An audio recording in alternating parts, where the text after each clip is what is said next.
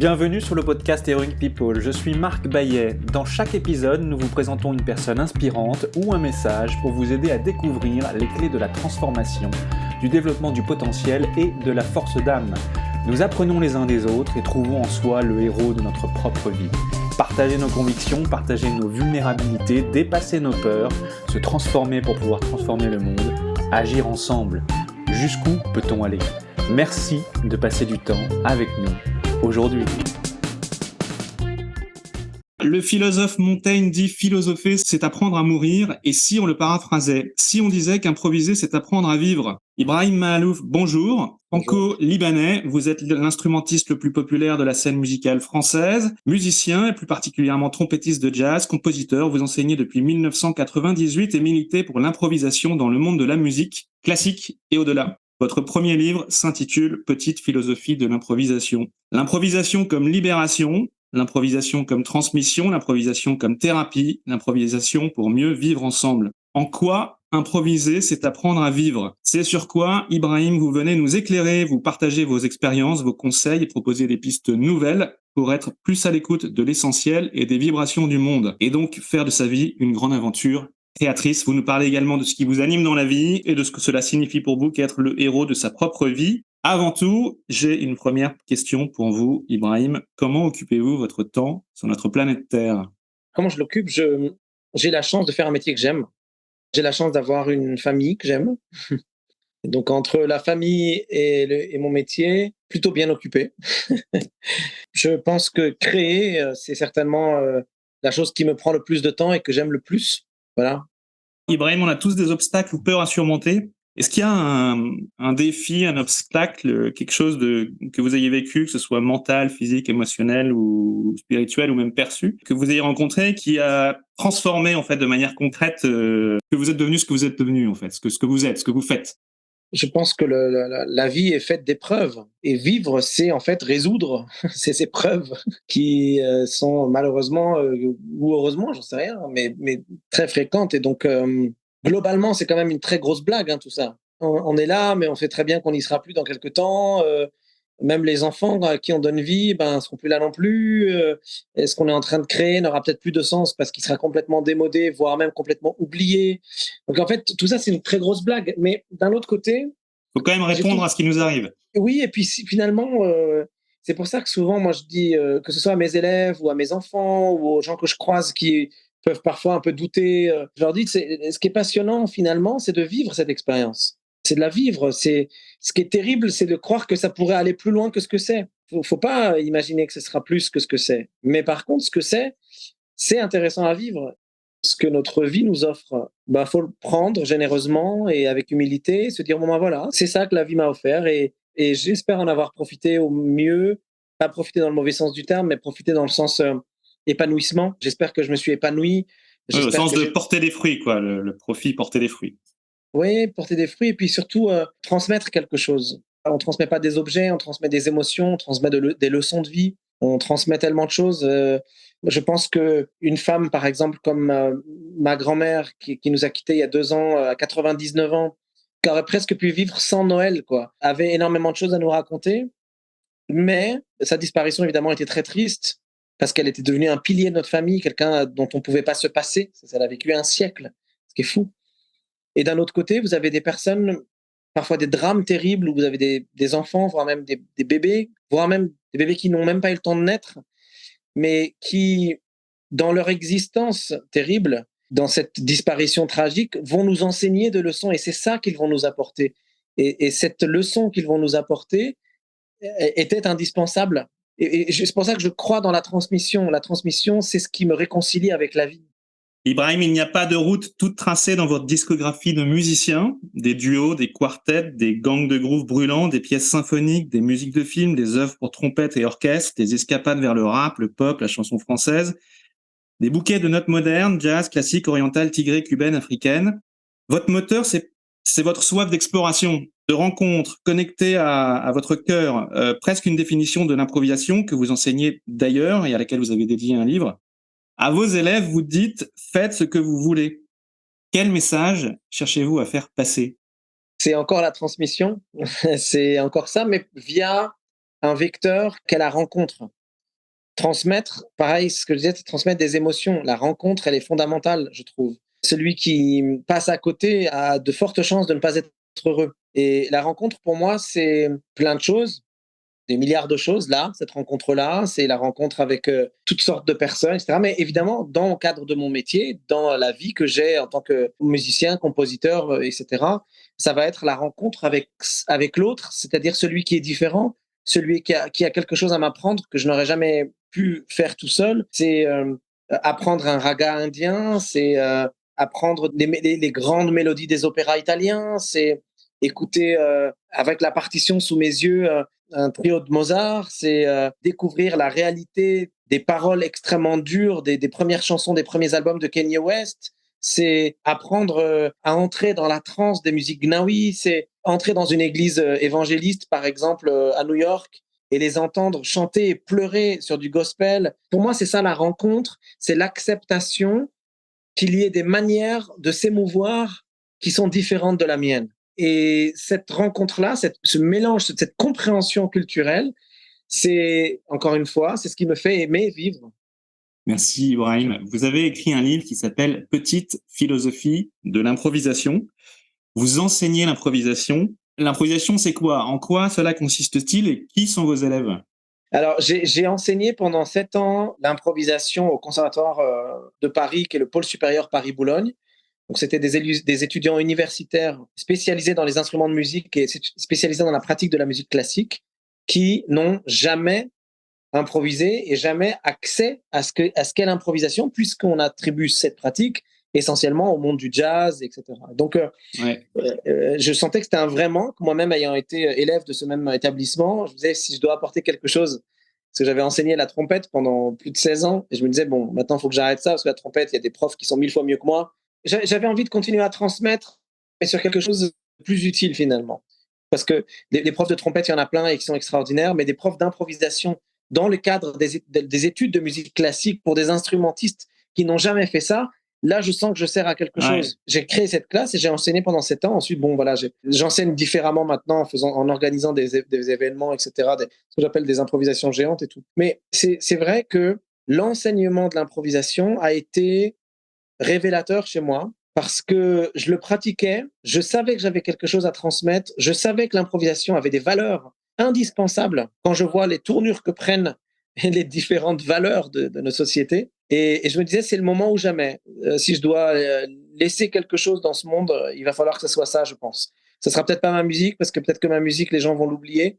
Mais si j'arrive à convaincre des gens de réfléchir de telle ou de telle ou de telle manière et de s'ouvrir, même si on oublie mon livre et même si on oublie tout, eux vont s'en souvenir et vont l'apprendre peut-être à leurs élèves ou à leurs enfants, etc., etc. Et donc, j'ai eu envie, en effet, de transmettre ça aussi.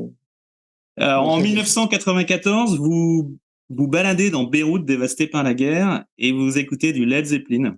Cela vous inspire la composition d'un morceau que vous appelez Beyrouth. Vous dites, cette musique m'a permis de me libérer. En quoi la musique nous libère-t-elle? C'est une partie de votre livre d'ailleurs, je crois. S'il fallait l'expliquer à un enfant de 6 ans, en quoi la musique nous libère-t-elle? Elle dit des choses avec un langage qu'on ne peut pas trahir. Autrement dit, si j'ai des choses à partager avec quelqu'un, je peux utiliser les mots qui vont être compris peut-être bien, peut-être à moitié, peut-être qu'on va même comprendre l'inverse de ce que j'ai dit, parce que les mots sont traîtres. Je vais peut-être, moi, me tromper en me trompant de mots, en étant finalement pas très pertinent, pas très loquace. Peut-être que mes émotions vont dépasser le cadre de ce que je dis, et donc les mots plus les émotions peuvent vouloir dire autre chose, etc., etc., etc. Alors que la musique ne parle pas au cerveau, elle parle au cœur. On peut pas se tromper. Le cœur, il se trompe jamais. Le cœur se trompe jamais. Le cerveau se trompe, mais le cœur se trompe jamais. Il n'y a pas de risque d'être mal compris. Il n'y a pas de surinterprétation possible. Il n'y a pas de malentendu possible. Donc, le langage musical ne peut être que réconciliateur. Il n'y a pas d'autre option. La musique ne peut que réconcilier.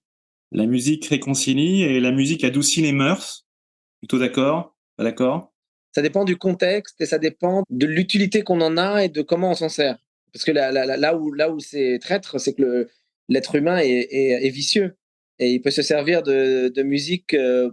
Regardez dans la politique comment ça se fait. On prend des musiques qu'on adore et on se dit tiens, il y a plein de gens qui doivent aimer ça et hop, on l'intègre dans nos colloques politiques et puis on se dit tiens, les gens vont nous aimer puisqu'ils aiment cette musique. Donc en fait, on peut l'utiliser comme d'une arme, mais une arme de réconciliation, mais une arme quand même. Et c'est pour ça que la musique doit aller directement de l'artiste vers celui qui écoute et pas aller plus loin. C'est comme dans la spiritualité, c'est comme dans la religion. Je considère que j'ai été éduqué dans une forme de spiritualité, dans une forme de croyance. Je ne me considère pas comme étant quelqu'un de très pratiquant, ni même de pratiquant finalement. On peut être très spirituel sans être pour autant très religieux, en fait. Voilà, c'est ça. Et c'est pour ça d'ailleurs que je suis beaucoup plus spirituel que religieux. C'est l'interprétation par l'homme de ce qu'est la religion. Mais voilà, et moi c'est quelque chose qui m'a toujours dérangé et éloigné de la pratique religieuse. C'est que je supporte pas que ce soit un être humain qui me dise comment prier. Ça passe pas dans ma tête. Alors, quand on fait la trompette comme vous, c'est une manière de prier, c'est une manière de louer l'univers. Alors je prie, quand je joue, je prie, quand je suis seul, je prie tout le temps, sauf quand on me demande de le faire. Albert Einstein dit inventer. Inventer, c'est penser à côté, think out of the box. Mais est-ce que tout le monde en est vraiment capable? Et est-ce que parfois on n'a pas besoin parfois d'apprendre à désapprendre, c'est-à-dire un peu se déprogrammer, faire tomber certaines convictions carcan pour justement ouvrir les vannes de la nouveauté, de l'improvisation, du nouveau message. C'était tout l'objectif de cette classe que j'avais créée, à leur apprendre à ne pas savoir jouer, c'est-à-dire à déconstruire tous leurs réflexes, toutes leurs habitudes, tous les codes qu'on leur a mis dans leur tête, parce que il n'y a pas d'autre moyen de créer que d'oublier les codes. Et c'est pour ça d'ailleurs que je dis souvent, et on m'en veut de le dire, qu'une énorme partie des jazzmen n'improvisent pas. Ils réutilisent des codes à gogo, mais qui sont des codes qui existent depuis, pour certains, plus d'un siècle, et qu'on exploite, et qu'on rabâche, et qu'on continue à utiliser, qui sont les mêmes codes. Alors on a l'impression d'improviser, parce qu'en fait, c'est pas écrit sur une partition, mais au final, on répète les mêmes phrases, le même type de phrases, les mêmes types d'harmonies, et c'est tout sauf de l'invention. Et pourtant, on nous dit le jazz, c'est une musique d'improvisation. Oui, mais non, je suis pas d'accord avec ça. Je pense même que c'est parfois même complètement le contraire. Il faut quand même une base de savoir, de combinaison de notes, d'accords, de partitions. Ce que vous dites, c'est que ces nouvelles combinaisons, c'est pas de l'improvisation, en fait. Ben non, parce c'est-à-dire qu'on apprend une série de combinaisons et de notes qu'on associe les unes aux autres, mais est-ce que c'est vraiment ça inventé? Est-ce que ce jazzman qui adore Charlie Parker, qui a écouté des années Clark Terry et qui est un grand fan de, je sais pas, d'Herbie Hancock, etc., et qui finalement reprend le même type de phrase en inventant mais en mettant dans des combinaisons différentes, est-ce qu'il a vraiment pensé à côté? Pas tellement. Il est très respectueux de la culture du jazz, c'est peut-être un très bon musicien, une très bonne musicienne, c'est quelqu'un peut-être qui maîtrise particulièrement bien son instrument et même la culture qu'il défend, mais est-ce que cette personne est en train d'inventer quelque chose et donc d'improviser quelque chose? Pas forcément. Que vous inspire le silence? Pour vous, qu'est-ce que c'est le silence? Ça dépend dans quelle situation. Comme j'ai une vie qui est très rythmée, le silence me fait beaucoup de bien. Et même lorsque je crée de la musique, tout part du silence. J'organise de temps en temps ce que j'appelle des improvisations géantes. Ouais. Dans ces improvisations géantes, on est plusieurs centaines, parfois plusieurs milliers de personnes réunies, la plupart avec des instruments de musique de tous les âges, de tous les niveaux, de toutes les cultures, tout confondu. Et je leur dis, voilà, on va tous ensemble improviser une musique là maintenant. Et à chaque début de tentative d'improvisation, parce qu'il faut le temps, hein, on crée un silence et je demande le silence. Et parfois, quand on est 8000, 9000 ou 10 000 personnes, c'est très, très compliqué d'avoir un vrai silence. Mais ce silence-là est très nécessaire parce que c'est la feuille blanche. Voilà, c'est accepter qu'il n'y ait rien avant de commencer à poser quelque chose. Tout le monde n'est pas à l'aise avec ça. Il y a un effet miroir qui est assez vertigineux. Et quand on est tout seul, c'est vraiment face à soi-même. Si vous vous retrouvez tout seul, même si vous n'êtes pas musicien, pour écrire, par exemple, et que vous avez une feuille blanche devant vous, un ordinateur avec rien, juste un Word où vous êtes censé commencer à écrire et vous dites mais qu'est-ce que je vais écrire? Mais qu'est-ce que je peux inventer? Quelque chose qui n'a pas été dit avant? Quelque chose qui n'a jamais été joué avant? Mais qui suis-je pour me permettre ça? C'est très, très intimidant. Ibrahim, vous croisez Carlos Santana dans la rue. Il est en train de sortir d'un concert de Miles Davis Et il vous dit, Ibrahim, la plupart des hommes ont peur de se montrer vulnérables, mais Miles, lui, quand il arrive sur scène et qu'il commence à jouer, il est désarmant. Qu'est-ce que vous lui répondez? D'abord que j'aurais rêvé assister à un concert de Miles parce que j'ai pas eu cette chance et pourtant ça aurait pu être possible. Parce qu'en 91, j'avais 10 ans, 11 ans. Ça aurait pu être possible, c'est dommage. J'en veux d'ailleurs beaucoup à mon père de ne pas m'avoir amené à ce fameux concert de la Villette où j'aurais pu y assister à 10 ans, je pense. J'aurais adoré. Je dirais que, en effet, la musique, c'est une question de vulnérabilité parce qu'à partir du moment où on est sincère et qu'on essaye d'être le plus authentique possible et le plus vrai possible, alors on est fragile et vulnérable. Toujours. La sincérité et l'honnêteté nous rend fragiles et vulnérables. Et donc, on est dans un monde qui devient assez compliqué et dont les règles sont régies par rapport à des codes liés à l'adversité et non pas à la bienveillance et à la gentillesse. C'est fini ça. Ouais, mais se montrer vulnérable, c'est se montrer vrai en fait. Mais on se met en danger puisque en fait, on s'ouvre et on donne le pouvoir à l'autre. Oui, et le problème, de nous blesser ou de nous regarder tel qu'on est. Oui, absolument. Et le souci avec ça, c'est qu'on découvre, avec Internet, par exemple, mais pas seulement, les médias aussi beaucoup, je trouve, on découvre que l'homme est vraiment un loup pour l'homme. C'est pas une légende. Que dès qu'on peut te faire tomber, tu tombes.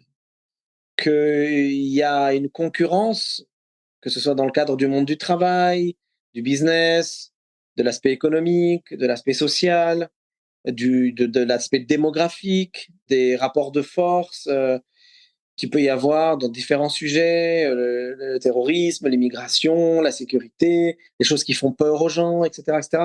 On se rend compte qu'il n'y a plus vraiment la place pour être fragile.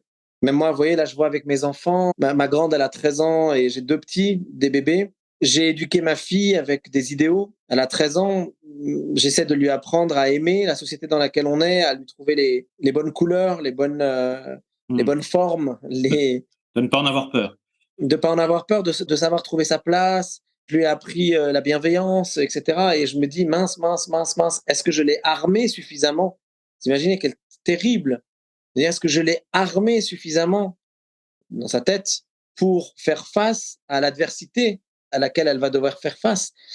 Et je me dis, mince, est-ce que je vais éduquer les deux petits de la même manière ou est-ce que je vais être plus dur? Parce que la société est dure. Cette vulnérabilité-là, à Santana, je vais lui dire, écoute, il a de la chance, Miles, d'avoir vécu à une époque où on a accepté cette vulnérabilité. Est-ce qu'aujourd'hui, si Miles est de dos sur scène, comme il le faisait, est-ce qu'il n'y aura pas les gros titres en disant polémique, le musicien trompettiste Miles Davis a manqué de respect à son public? Ou est-ce qu'on dira, comme à l'époque, qu'il avait cette vulnérabilité et qu'il cherchait quelque chose qu'il n'arrivait pas à trouver? Lui-même, dans une interview, Miles, il disait que s'il ne jouait pas face au public, c'est parce qu'il avait l'impression que le pavillon vers le public allait être désagréable pour les gens du premier rang. Tellement de choses qui s'interprètent différemment aujourd'hui que Santana, je lui dirais, c'est bien, je suis d'accord avec toi, c'est chouette. Alors, Carlos Santana, il apprécie votre réponse, il vous regarde dans les yeux et il vous dit, Ibrahim, toi qui à travers ton répertoire si riche bâtis des ponts entre les cultures, joue pour moi. Qu'est-ce que vous lui jouez? Déjà, je pense qu'il dirait pas ça parce que comme ma réponse était trop longue. Si, je vous assure, il dit ça. Si, il dit ça. Ça peut être un morceau de votre répertoire. Ouais, peut-être que je lui jouerais, je sais pas, Una Rosa Blanca, par exemple, parce que je pense que ça pourrait lui plaire. Ouais. Toute cette culture latino mélangée avec mes inspirations, le message qui est derrière, Cuba, José Martí et ce poème magnifique de la Rose Blanche. Je pense que je lui ferai écouter Una Rosa Blanca, je pense. Le top 5 des choses à faire pour développer ses facultés d'improvisation. Si en 5 points, il fallait donner 5... Je dirais danser, faire du théâtre, jouer d'un instrument de musique qu'on ne connaît pas, apprendre une langue à l'oreille, c'est-à-dire ne pas avec les livres, mais juste à l'écoute, comme les bébés font quand ils apprennent à parler la langue maternelle. Et la dernière chose, je dirais ne rien s'interdire. Ouais. Voilà, ne pas avoir peur du regard de l'autre et ne rien s'interdire. Et du coup, à l'inverse, qu'est-ce qu'il faudrait faire pour être certain de ne pas parvenir à développer ces facultés d'improvisation, en fait? Qu'est-ce qu'il faut faire pour être sûr de tout rater? Faire exactement ce qu'on nous demande de faire à l'école, C'est-à-dire? apprendre par cœur ses leçons, être un très bon élève qui ne se trompe jamais, qui a toujours 20 sur 20. Les bons élèves s'empêchent de développer leur capacité d'improvisation, vous pensez? Non, je pense qu'il y a des exceptions déjà, pour commencer. Ouais. Je pense qu'il y a des génies. Ouais. Je pense aussi qu'il y a des gens qui se libèrent, mais trop tard, ou plus tard en tout cas, donc qui ont été très très bons à l'école, qui ont très bien suivi l'éducation, mais qui un jour se sont rendus compte que ça marche pas et qui ont réussi à sortir de ce carcan. Il y a beaucoup de très très belles histoires comme ça. Moi, j'en connais plein. Beaucoup de gens viennent me parler, me raconter leurs histoires, il y a de toutes sortes d'histoires. Mais c'est vrai que si on suit, si vous voulez, les codes tels qu'on nous les apprend, qu'on ne se pose pas de questions, qu'on obéit clairement à ce qu'on nous a demandé de faire, qu'on a appris nos leçons, qu'on récite nos leçons, qu'on obéit à nos parents sans jamais se poser de questions, qu'on est quelqu'un de parfait, de bien, de gentil, de bien sous tout rapport. À aucun moment, on ne va se frotter à la réalité de l'imprévu. La vie, ce n'est que régler des problèmes, c'est ce qu'on se disait. Ce n'est que faire face à l'imprévu. Donc, l'imprévu, faut apprendre à le gérer, cet imprévu. Ouais. Et donc, si on a été bon élève et qu'on a fait exactement tout comme on nous a demandé de faire, à aucun moment on a été confronté à l'imprévu. Et on peut avoir en effet quelques problèmes pour résoudre les conflits, pour trouver des solutions au dernier moment pour des choses qui se sont avérées problématiques. Et oui, je pense qu'on a un véritable handicap si on a fait tout bien comme il fallait. Ne pas lire, ne pas voyager, ne pas rester chez soi, ne jamais chercher à comprendre comment réfléchissent les autres, comment on pense de l'autre côté de la planète. Une famille ou un entourage, c'est comme une secte. En tout cas, c'est des conditionnements. Exactement, c'est du conditionnement. Donc, si toute votre vie, on vous dit que ça s'appelle le noir, quand vous avez 30 ans et que, a priori, vous êtes libéré de tout ça, et qu'on vous dit non, mais tu sais, ça s'appelle le blanc, vous explosez de rire. Vous dites, mais ils se foutent de ma gueule, ils disent n'importe quoi. Et quand vous regardez tout le monde vous dire que ça, c'est du blanc, et ça se multiplie, et qu'autour de vous, tout le monde vous dit du blanc, et que vous avez du mal à comprendre pourquoi est-ce qu'on m'a dit que c'était du noir dans ce cas-là, on m'a menti, c'est pas possible, etc. Le conditionnement dans lequel on est, dans nos familles, dans notre entourage, et ça devient de pire en pire avec les réseaux sociaux qui favorisent les contenus que vous avez déjà regardés, qui fait que vous avez l'impression que le monde entier pense comme vous. Et à un moment donné, vous vous confrontez à la réalité, et là, ça devient beaucoup plus compliqué. Donc, pour moi, si vous voulez ne jamais savoir improviser, ça veut dire ne jamais s'ouvrir à tout ce qui se passe autour de vous. C'est-à-dire ne jamais comprendre qu'en dehors du cadre dans lequel on est, il y a des choses qui fonctionnent différemment, et c'est pas grave. Il faut essayer de s'y exposer, quoi, d'aller constamment à la recherche de ces nouvelles manières de faire, ces nouvelles cultures, ces nouvelles... aller à la recherche de la couleur blanc de votre t-shirt. Mais l'inverse, c'est vrai aussi. Hein. Ouais. L'inverse, c'est vrai aussi. C'est-à-dire que si on vous dit que c'est blanc et que tout le monde s'accorde à dire blanc, ça peut être marrant d'un seul coup de dire à tout le monde, mais non, moi j'ai envie de considérer que c'est du rouge, et c'est pas très grave, ne m'en voulez pas. Qu'est-ce que vous dites à quelqu'un qui est bloqué, qui est complètement à l'arrêt? Qu'est-ce qu'on peut faire pour se remettre en route? Quand j'avais des élèves face à moi qui vraiment n'arrivaient pas du tout à improviser, je leur demandais de jouer quelque chose qu'ils connaissent très bien. Et comme au théâtre, une fois qu'ils le jouent, de simuler qu'ils se trompent. C'est comme au judo. Une des premières choses qu'on apprend dans les sports de combat, c'est à tomber. Quand on apprend à tomber, on n'a plus peur de se mettre debout. Quand on accepte de se tromper, la déconstruction, elle peut commencer par ça. C'est-à-dire apprendre à ne pas être beau, apprendre à ne pas réussir à parler, apprendre à se tromper, à tomber, à être dans l'erreur, accepter l'imperfection, et même plus que ça, accepter le fait que tout aille mal. Quand on pousse ça à son paroxysme et qu'on va vraiment loin là-dedans, il y a toujours un moment où ça rebondit. Toujours. C'est systématique. J'ai jamais en 30 et quelques ans de pratique, de 35 ans de pratique d'impro, en 20 ans, plus de 20 ans de transmission et d'enseignement de l'improvisation, jamais une seule fois quelqu'un n'a pas réussi à le faire. Par analogie, c'est un peu applicable à n'importe quel type de situation. J'en ai fait ma philosophie, c'est pour ça que j'ai écrit ce livre. J'en ai fait ma philosophie. Je pense vraiment que apprendre à vivre bien, ça peut vraiment nous aider pour bien vivre que d'apprendre à improviser, parce que tous tous les codes comportementaux, sociaux, sociétaux, tous les chemins psychologiques, parfois même psychiatriques, toutes les connexions que l'on crée lorsqu'on est en train d'improviser dans la musique, par exemple, ou dans le théâtre, sont autant de choses qui peuvent résoudre de graves problèmes, de graves troubles, de graves manques ou handicaps qu'on a dans nos vies. Le processus de toujours faire de quelque création. chose, de création, ouais. Ibrahim, qu'est-ce qui est important pour vous? 3 valeurs essentielles. Aujourd'hui, je dirais l'intégrité, l'amour, même si ça peut être très cliché de le dire, et la compréhension du monde dans lequel on est. Avoir un vrai... Monter en conscience.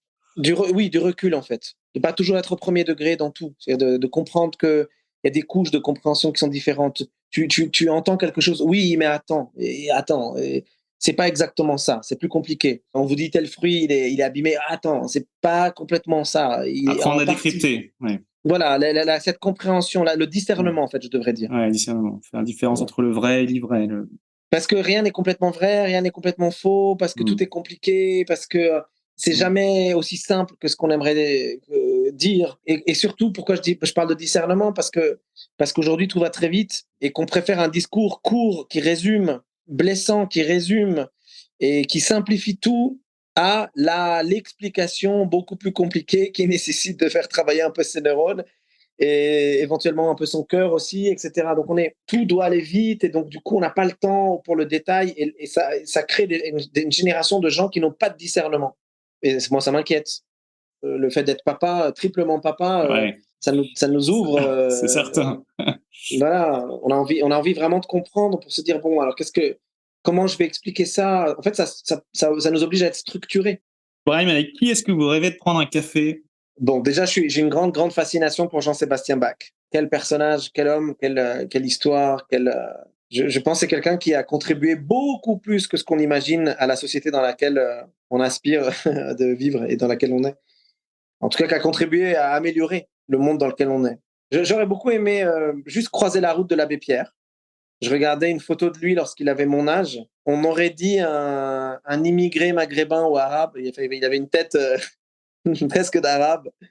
Avec sa barbe. Et je me dis, tiens, comment lui aurait vécu l'époque dans laquelle on est aujourd'hui, avec cette intolérance complètement décomplexée vis-à-vis de celui qui est abandonné par sa société, vis-à-vis de l'autre, vis-à-vis de celui qui quitte son pays sur une petite embarcation et qui voit son fils mourir dans l'eau. Qu'est-ce qu'il aurait pensé de cette époque terrible? Qu'est-ce qu'il aurait pensé de ça? Ouais, j'aurais peut-être bien aimé prendre un café et le filmer en train de parler à cette époque-là. Pas après, parce qu'on le connaît vieux, mais on le connaît moins quand il était tout jeune, quand il avait 20, 30, 40 ans. Dans la phase d'émergence, Ouais, qu'est-ce qui l'a poussé, en fait, de l'interroger à l'époque où il était en train de construire qui il est devenu. Ça m'aurait intéressé de le rencontrer à cette époque-là. Savoir quelles sont les douleurs qu'il a traversées, quelles sont les souffrances, quelles sont les difficultés qu'il a dû traverser. Voilà. Vous avez peut-être vu le film Hiver 54? C'est un film sur sa vie. C'est très, très bien. Et ben voilà, cette conversation va me permettre de remettre ça dans la côté de Pour quelle chose ressentez-vous le plus de gratitude dans votre vie? À qui avez-vous envie de dire merci? Pour l'instant, j'ai une bonne santé. J'ai de la gratitude pour la chance d'être en bonne santé et de voir mes enfants en bonne santé. Donc, c'est de la gratitude pour la vie. On parlait de spiritualité tout à l'heure. J'ai de la chance. C'est pas le cas tout le temps et j'espère que ça durera un peu. Voilà, parce que sinon, ça pourrait tout à fait s'arrêter dans pas très longtemps. On ne sait pas comment ça se passe. Hein, donc, j'ai de la gratitude pour la vie qui m'a donné la chance d'avoir une santé à peu près bien, enfin plutôt bonne. Et merci. C'est une bonne question, ça. Je me suis jamais posé cette question-là. Peut-être que j'aurais envie de dire merci à ma grand-mère Odette, qui nous a quittés donc il y a 2 ans, mais qui a eu un rôle très très important dans ma vie, surtout vers la fin de sa vie, récemment, quoi. C'est 4-5 dernières années. Quand elle est tombée un peu plus malade, un peu plus fatiguée, enfin, pas malade, mais très fatiguée, je l'ai hébergée chez moi. Elle est venue vivre à la maison chez moi, donc je lui ai donné ma chambre, tout. Et enfin notre chambre avec mon épouse, on lui a donné notre chambre. Et vivre avec une personne qui a un siècle d'expérience, c'est quand même une leçon incroyable. Et en plus, la vie a fait que je me suis vraiment retrouvé avec elle pendant plusieurs mois seul, puisqu'il y a eu le Covid et qu'on était face à face tous les deux à la maison, presque tout seul tout le temps.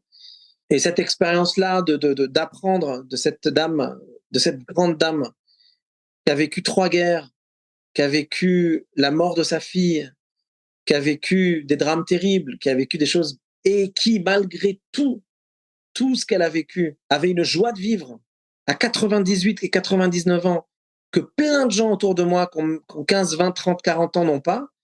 Rien que ça mérite un gigantesque merci. Quel conseil ou petit exercice simple et concret pouvez-vous proposer à ceux qui nous écoutent pour commencer à introduire le changement et améliorer tout de suite leur vie et leur quotidien? Alors, j'ai un exercice très drôle que je faisais beaucoup avec ma fille, mais aussi avec mes élèves, pour apprendre à ne jamais être trop dans les habitudes, dans les réflexes qui font que notre vie est un peu routinière.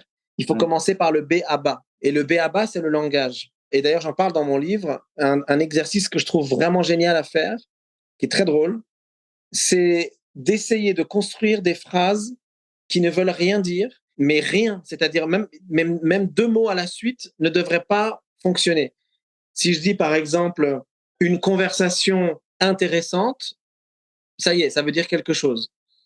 Donc une conversation maudite, bon, c'est un peu moins habituel, mais ça veut quand même dire quelque chose. Une conversation arc-en-ciel, c'est vrai qu'au départ, les 2 mots vont pas ensemble parce qu'on les entend rarement ensemble, mais ça veut quand même dire quelque chose.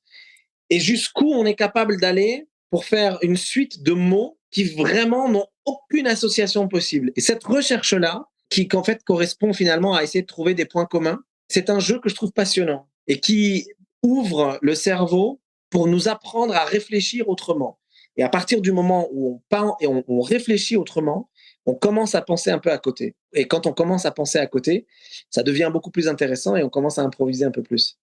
Ça doit être rigolo et en plus, ouais, on fait des associations d'idées nouvelles. Du coup, on déclenche des nouvelles connexions dans le cerveau. Je pense que c'est ça que vous avez en tête. C'est exactement ça. On crée les synapses. Ouais. Des chemins nouveaux. Ouais. Oui. Et c'est très dur. Hein. C'est un exercice qui est hyper difficile à faire. On peut galérer pendant de longues minutes à se dire mais comment est-ce que je vais réussir à associer 2 mots qui n'ont vraiment rien à voir l'un avec l'autre? Et en fait, c'est une leçon parce qu'au final, c'est tellement difficile qu'on se rend compte que tout est lié. Pour vous, que signifie être le héros de sa propre vie? Réussir à être joyeux malgré les drames, réussir à garder une joie de vivre malgré cette grande blague dont on parlait au début de notre entrevue. Il faut être fort, hein. Et ceux qui y arrivent, comme ma grand-mère, pour moi, sont des vrais héros. Et si j'essaye, moi je travaille sur moi tous les jours, malgré les difficultés de la vie, malgré les drames de la vie, malgré les souffrances que je peux avoir, je travaille quotidiennement pour ne jamais trop dramatiser et pour toujours me dire, mais de toute façon, je le savais depuis le début que tout ça, c'était une blague. Donc, autant le vivre avec un peu plus de joie. Voilà. Pour vous, qu'est-ce que la force d'âme? Vous voyez, notre corps, quand on se blesse, il se reconstruit tout seul. C'est la nature. Moi, l'autre jour, j'étais griffé par mon chat. La résilience du corps. Ouais. Voilà, 8 jours plus tard, il n'y avait plus rien. C'est quand même incroyable. Notre fonctionnement cérébral, notre cœur et tout ce qui est à l'intérieur, bizarrement, met plus de temps.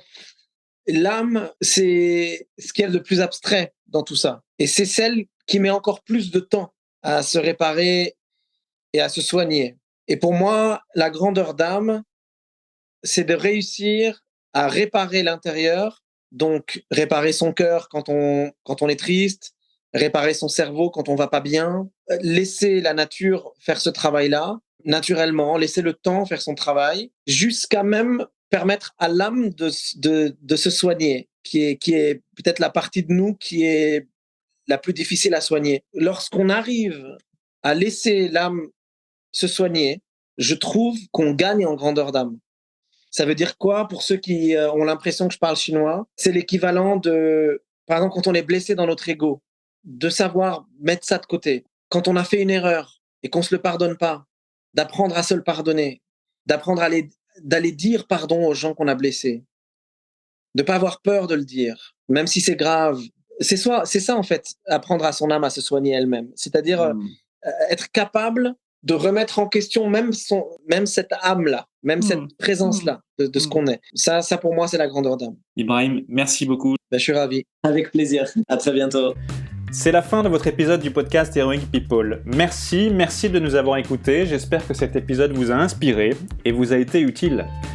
Si c'est le cas, partagez-le à 1 ou 2 amis par SMS ou sur vos réseaux sociaux. Vous avez le pouvoir de changer la vie de quelqu'un et c'est maintenant.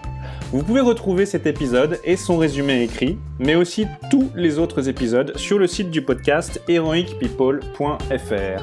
Pour nous contacter, nous faire des suggestions, proposer des invités, c'est toujours sur le site du podcast que ça se passe, heroicpeople.fr, ou encore les réseaux sociaux LinkedIn, Facebook ou Medium. Enfin, sans vous, nous ne sommes rien, avec vous, nous sommes tout. Si vous avez été inspiré par cet épisode, alors laissez-nous un commentaire et quelques étoiles sur Apple Podcasts ou votre plateforme d'écoute préférée. Dites-nous comment le podcast vous a inspiré et contribue à améliorer votre vie. C'est grâce à cela que nous pouvons faire connaître le podcast Heroic People. Merci d'avoir écouté. Il est temps maintenant d'agir et de révéler sa grandeur et sa force d'âme. À bientôt sur le podcast Heroic People.